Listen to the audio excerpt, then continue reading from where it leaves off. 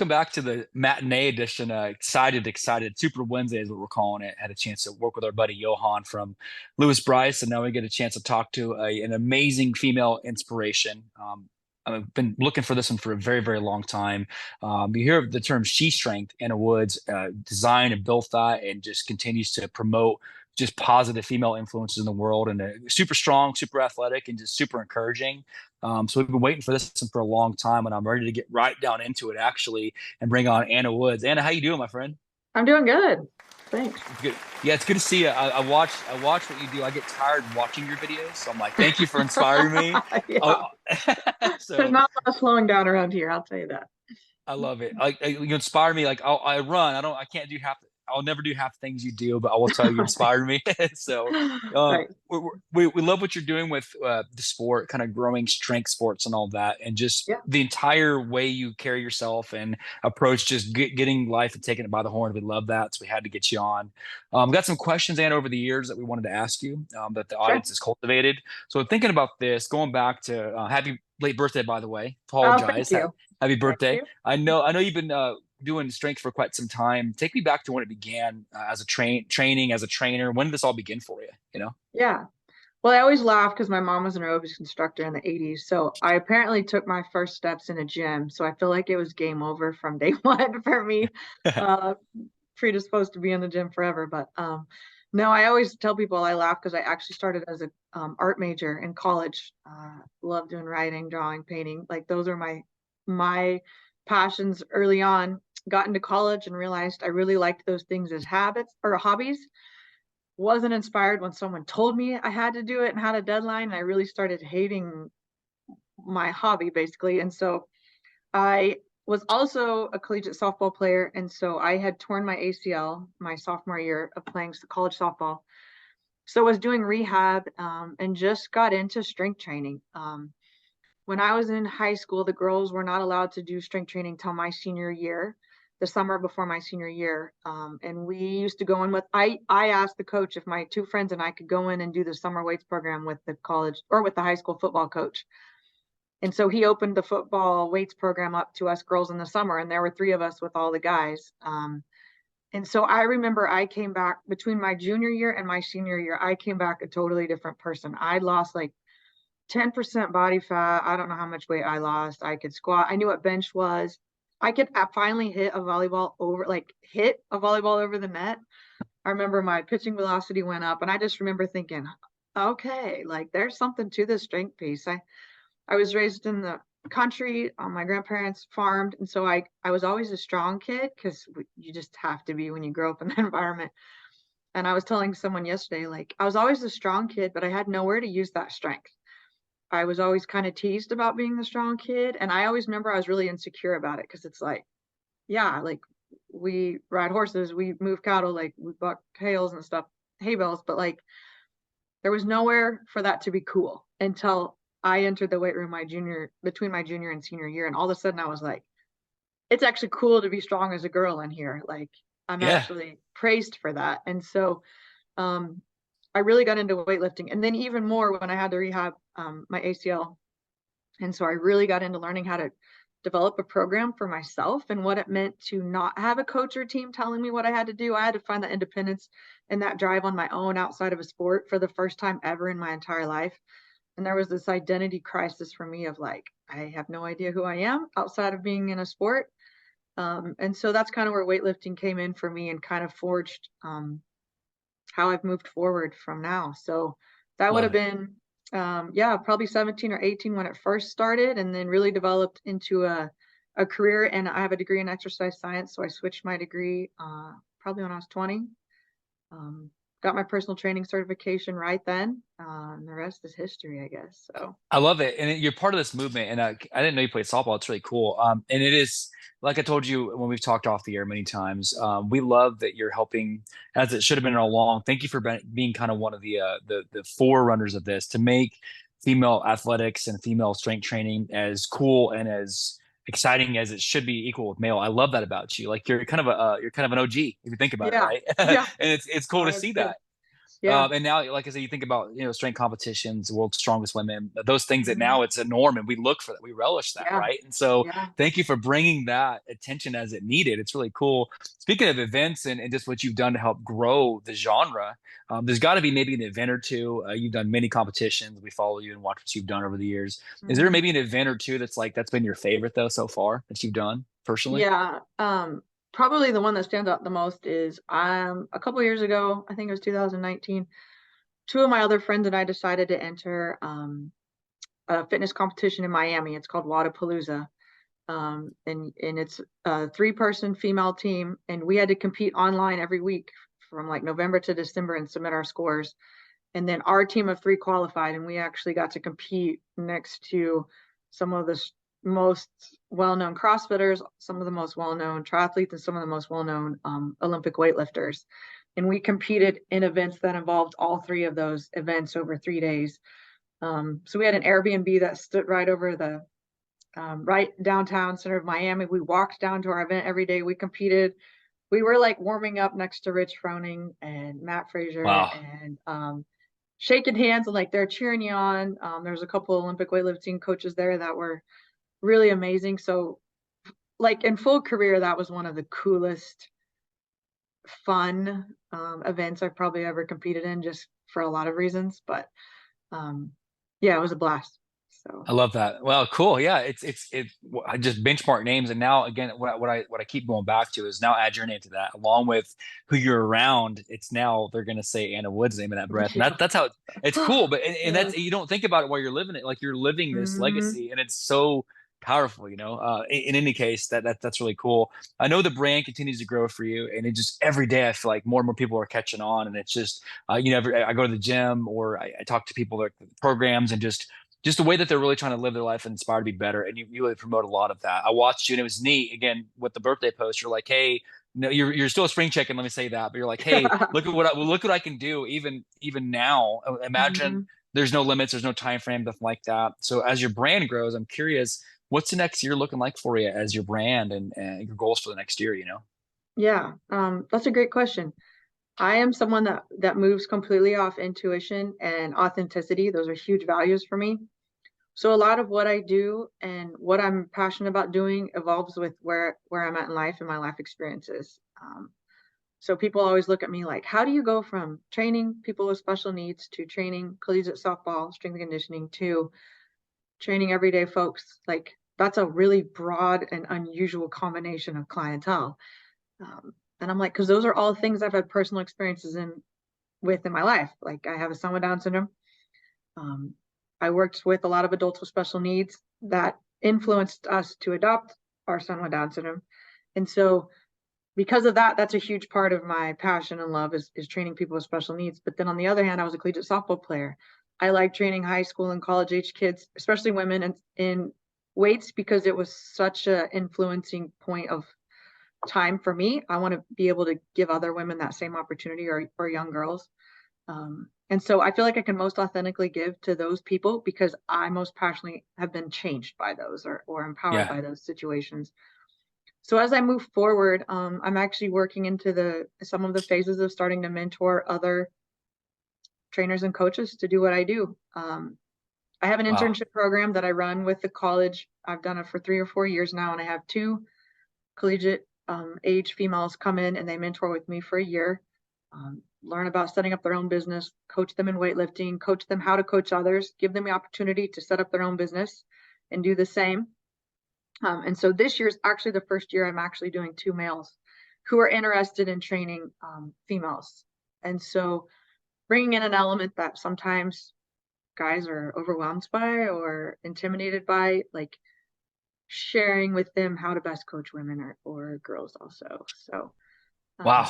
like I'm just off the top of my head, that's kind of what I'm looking at right now is a big change for this next year. Otherwise, it's just a lot of the same, continuing with being consistent and trying to help as many people as I can in those areas. So it just makes us respect and love you even that much more. I love, like you said, be able to help. And that's Daniel always say, and we knew again from just following you. I love how you the experiences that you've had, you let that be a purpose, a motivation, not like a crutch or an excuse. I love that, Right. even the injury, like dealing with that. Hey, you could have just probably retired from any hardcore athleticism after you hurt your ACL, but no, I'm going to take that and build off of it, and it's Yeah. okay. You can bounce back, and that's so cool to see. I think it just helps to really say, hey, look, there's never really a time in life or an excuse good enough to not try again, right? And then now Right. look at you, the brand. So I Right. tell other people, whatever level you are, and it's okay if you're not on the same level, whether Yeah. it's like you're going to the gym for the first time in 10 years or someone who's competing for CrossFit or marathons. It's okay wherever Hmm. you are. Just do something, right? Start Yeah. over, right? And Exactly. that's what you do. And you promote that. Now it's like, okay, you went through this phase. Now it's 3.0, 4.0. You just continue to Hmm. just evolve. So I got to be quiet because I'll just fanboy out forever on that. So No, I love it. I love it. yeah, I'm telling you, when we found out again through other people that have mentioned your name, I'm like, wow, we got to do this. Now there's a segment, I promise you, in any media interviews, things you've done. I bet you've never had a segment like this. This is gonna make you Well, laugh. Now we'll keep it PG, but we're about to get weird, okay? okay. So our I'll try fans to are, hang. are awesome. We have people all over the world, from Finland to Florida to Japan. They give us questions, and they're always meant to be thought provoking. Imagine anything's possible, past or present. You could be a part of a movie. It's reality just doesn't exist. Okay. All So right. these are rapid fire. And what we basically do is, well, the way we'll set it up, um, we'll, how do I say this? What we bet on what we think you're going to say. So here we go. So All right. first question. Being very, very fit, and you fit that mold of being very, very like action ready. Action movies come to mind, right? So I feel All like you right. could jump into an action movie. So two of these movie franchises call you up and say, "Hey, we'd like you to take over. We're rebooting both of these franchises, and we want you to be the lead character in these upcoming series." You can either A, be the reboot of Sarah Connor in Terminator, Okay. classic, Yeah. or you could be the new Alice, which we all know from Resident Evil series. So you can be Sarah Connor or Alice from the Resident Evil action movies. Which one Okay. are you taking Oh on? man, and I'm not super familiar with the second one, so Okay, I'll probably go with Sarah then in the let's first one. go. I Yeah. had you on that one. I did. So, so thank you. So it's just kind of some personality stuff. Second question. You're called up. I know you're very good and very very big on eating clean and all that. But for a weekend, you guys are taking the weekend off, and we're having a celebrity cupcake eating contest. Calories don't count for this weekend only. Okay. Okay. Now, what they don't tell you is it's going to be on Food Network. You're a judge of this cupcake eating contest, and Okay. you get to pick your co-host for this event. Food Okay. Network special. I don't know. Maybe it's Halloween or something. You can either have Guy Fieri as your co-host Hmm. or Jerry Seinfeld as your co-host for this cupcake eating contest. Which one are you going with? I feel like Jerry Seinfeld. That's old school. I would go with that. I'd be laughing Let's the whole go. time. 2 for 2. Let's go. Killing it. Okay, got you. So I'm gonna take again only because we follow you, and I know maybe your youth. Some of the shows you probably are familiar with from your youth. We're gonna take you back to American Gladiator for a minute. Okay. Okay. Yeah. So Remember you're a watching that? competitor. Yeah, and you're a competitor, and you get to have one of these two modern day people get to travel back in time with you to compete against two Okay. people. So your choices, you can have Brian Shaw or Eddie Hall as your tag team partner on American Oh, Gladiator. damn. Which one are you going with? Phew, that's tough. Yeah, Mm, I knew it'd stump you. yeah. Man, I don't know. I feel like I'm gonna upset one or the other if I say one. Oh, they're both great. We love them I both. know. Probably Brian. Yeah, just a little bit more of the height and all that. I had you for Yeah, that. which I would did. counteract me not being super talented. Just the technical way he does things. I get it. So, so last two. Again, this whole process. So now we're gonna keep it modern. All of that. Hot dog eating contests on 4th of July seem to be a big thing right now, Yeah. and even a lot of athletes do that right now. So, what you get to do, you're offered to be sponsored by two companies. Yeah, you're gonna do something a little different. They're gonna ask you to do an ultra marathon, and these two companies ask you to wear their outfit during the race. As long as you wear it, they'll sponsor you. It's like $1 million contract, something like that. Okay. So your two Okay. sponsors, you can either wear the Nathan's hot dog contest, like the Nathan's hot dog. You can wear Okay. that to do your jogging thing, or B, old school Rugrats TV show from the '90s, the little T-Rex, the T-Rex Reptar. You can dress up in the hot dog or Reptar. They're both going to sponsor you. Which one you go with? Oh, the last one. You know, Reptar. I could see Yeah. you in a little T-Rex suit running around and doing a little marathon. That's awesome. That's hilarious. Awesome. So last one.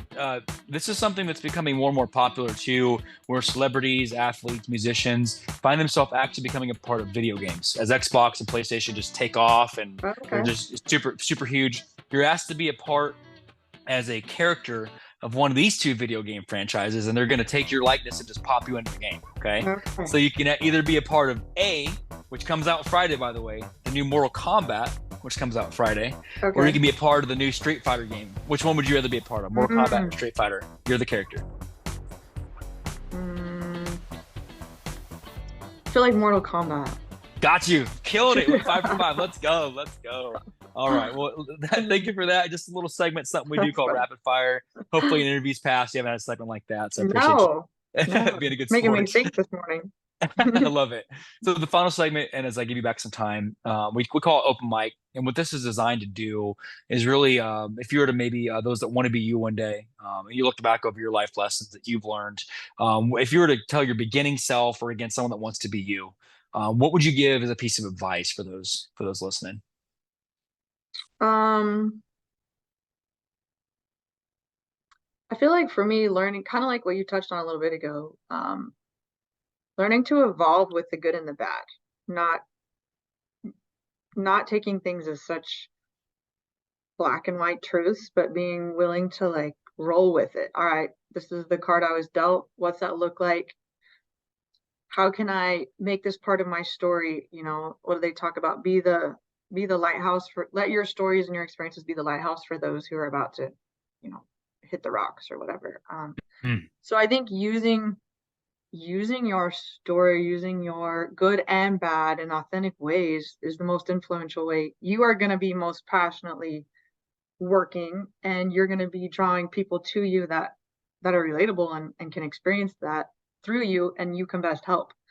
Because I think I get a lot of times like I have a big presence on social media, and then I think when people meet me, they're like, "You're actually pretty quiet and like normal and Yeah. relatable," you know. And I don't know what this image is that we've got in our heads of what people should be like that are fit or whatever, but um, I think that's the biggest compliment for me. And I think at least the young people that I work with and know have this huge weight on their shoulders that their story or their business or career needs to look a certain way based off what everyone else is giving them input towards or on.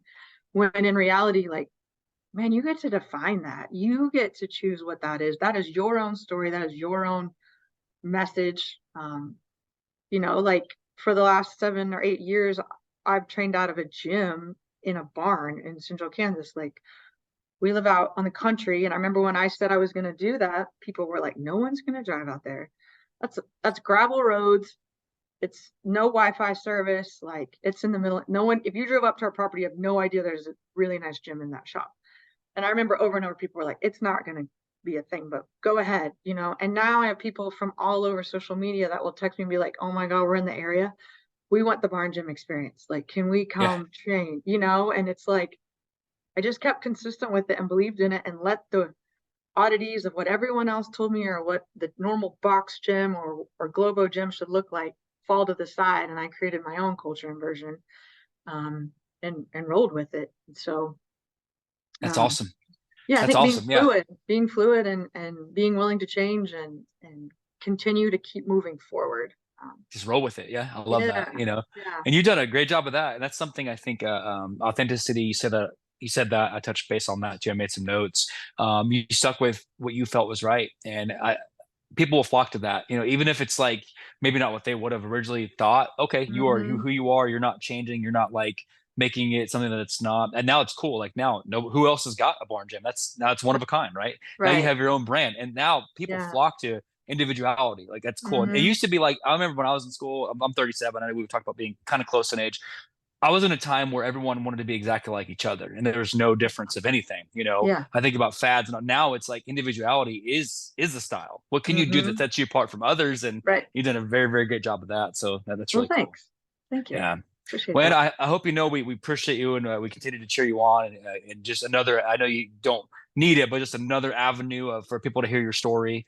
Thank you Yeah, for giving us the time of day. Hopefully, we can do it again sometime in the future. Maybe catch up absolutely, after an event or something, and just yeah. kind of stay in touch over the next few years. Okay, No, so that sounds great. I appreciate what you guys are doing too. You have a really cool platform. So, I love it. Thanks for helping to continue to grow female athleticism and give them that respect they deserve. You're one of those people we just had to get that story on. So we'll be in touch very soon. But thank you for your time, and we'll get this out to the world as soon as we can. Okay. So all right, sounds great. Thank you. thank you, my friend. Take care. Much Yep. love. Bye. Bye.